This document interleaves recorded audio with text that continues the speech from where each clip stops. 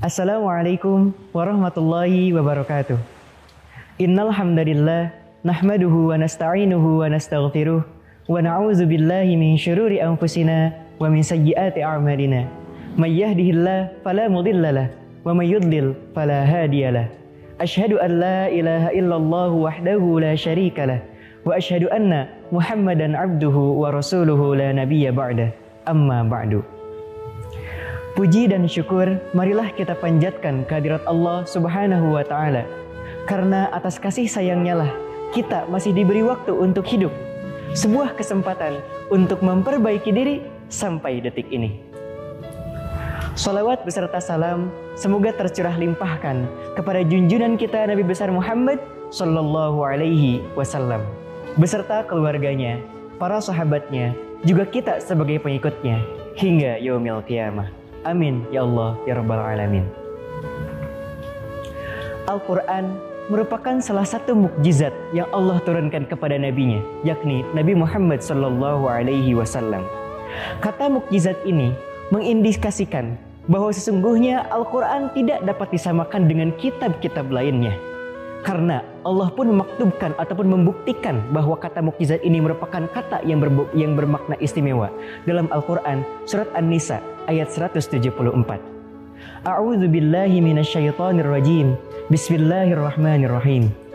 Ya ayyuhan nasu qad ja'akum burhanum mir rabbikum wa anzalna ilaikum nuram mubina.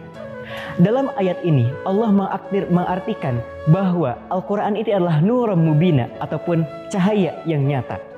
Hal ini pun mengindikasikan ataupun mengartikan bahwa sesungguhnya Al-Quran tidak dapat disamakan dengan kitab-kitab lainnya, karena Allah mengartikan Al-Quran ini adalah cahaya yang dimana tidak ada kitab lain yang Allah artikan sebagai cahaya. Akan tetapi satu pertanyaan muncul di hadapan kita. Apakah ada bukti nyata ataupun konkretnya bagaimana Al-Quran menjadi suatu kitab yang istimewa? Jawabannya adalah ada. Kita dapat lihat rekam sejarah di mana Al-Quran ini diturunkan. Ada 4 bukti secara singkat bagaimana Al-Quran dapat dibuktikan sebagai kitab yang mulia. Yang pertama, Al-Quran turun di kota yang mulia, yakni Mekah dan Madinah. Bagaimana tidak? Mekah Allah sebut dengan Makkatul Mukarramah ataupun Mekah yang dimuliakan. Pun Madinah Allah namakan sebagai Madinatul Munawwarah ataupun kota yang penuh dengan munawwarah. Selain itu, astronomi pun mengartikan ataupun memberikan bukti nyata yang dimana salah satu kota yang dapat dilihat secara langsung dari bulan itu adalah kota Mekah. Itu pun mengartikan bahwa sesungguhnya kota Mekah itu merupakan kota yang sangat dimuliakan oleh Allah Subhanahu wa Ta'ala. Selain kotanya yang mulia, Allah pun menurunkan Al-Quran kepada orang yang mulia, yakni Nabi Muhammad Sallallahu Alaihi Wasallam. Bagaimana tidak? Nabi Muhammad Sallallahu Alaihi Wasallam dapat menjadi orang yang mulia dengan berbagai macam investasinya untuk agama Islam. Beliau telah mengislamkan beribu-ribu dan berjuta-juta umat manusia. Beliau telah memberikan akhlakul karimah yang dapat kita rasakan hingga saat ini. Oleh karena itu tidak dapat diragukan lagi bahwa sungguhnya Nabi Muhammad Sallallahu Alaihi Wasallam merupakan orang yang mulia yang ada di dunia ini. Selain itu, Al-Quran pun turun di bulan yang mulia, yakni bulan Ramadan. Sebagaimana firman Allah dalam Al-Quran surat Al-Baqarah, Syahrul Ramadan alladzi unzila fihi al-Quran hudal linnas wa bayyinatin minal huda wal furqan. Di sini Allah memberikan bukti secara nyata bahwa sungguhnya Al-Quran itu diturunkan di bulan Ramadan, yang dimana Al-Quran ini pun Allah sebutkan sebagai hudal linnas wa bayyinatin minal huda wal furqan. Itu pun mengartikan bahwa sungguhnya bulan Ramadan itu penuh dengan keistimewaan. Selain itu pun kita dapat memberikan contoh bahwa sungguhnya bulan Ramadan itu merupakan bulan yang istimewa. Bagaimana tidak, kita pun dapat melihat dari berbagai macam ubudiyah yang dapat kita lakukan di bulan Ramadan. Kita pun dapat melihat di bulan Ramadan Allah mewajibkan mewajibkan puasa selama 1 bulan penuh. Di bulan Ramadan pun Allah mewajibkan zakat fitrah. Di bulan Ramadan pun Allah pun melipat gandakan berbagai macam ubudiyah yang ada dalam bulan Ramadan sebanyak 70 kali lipat. Ini pun memberikan bukti bahwa sungguhnya bulan Ramadan merupakan bulan yang Allah muliakan. Selain itu, selain ketiga bukti tersebut, yang terakhir adalah Al-Quran turun di malam yang mulia, yakni malam Lailatul Qadar. Sebagaimana Allah maktubkan dalam Al-Quran surat Al-Qadar ayat yang pertama. Bismillahirrahmanirrahim. Inna anzalnahu fi Lailatul Qadar. Sesungguhnya Allah menurunkan Al-Quran di malam Lailatul Qadar. Apakah malam Lailatul Qadar ini merupakan malam yang mulia? Allah pun memberikan jawabannya dalam Al-Quran surat Al-Qadar di ayat ketiganya. Tanazzal Lailatul Qadri khairum min alfi syahr, yang artinya Lailatul Qadar lebih baik daripada 1000 bulan. Allah pun di sini memberikan arti lebih baik, bukan sama dengan.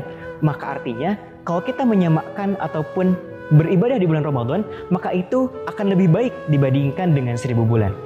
Itulah di antara keistimewaan Al-Quran yang dibuktikan dengan 4 sejarahnya. Mulai dari tempat diturunkannya, kepada siapa diturunkannya, dan kapan diturunkannya. Dari bukti-bukti ini, sesungguhnya kita dapat memberikan satu konklusi yang nyata. Al-Quran turun di malam yang mulia. Al-Quran turun di bulan yang mulia. Al-Quran turun kepada orang yang mulia. Dan Al-Quran turun di tempat yang mulia.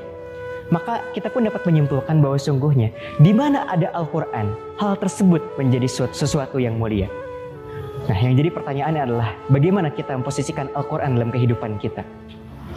Bagaimana jika misalnya Al-Quran itu ada di dalam setiap sendi kehidupan kita?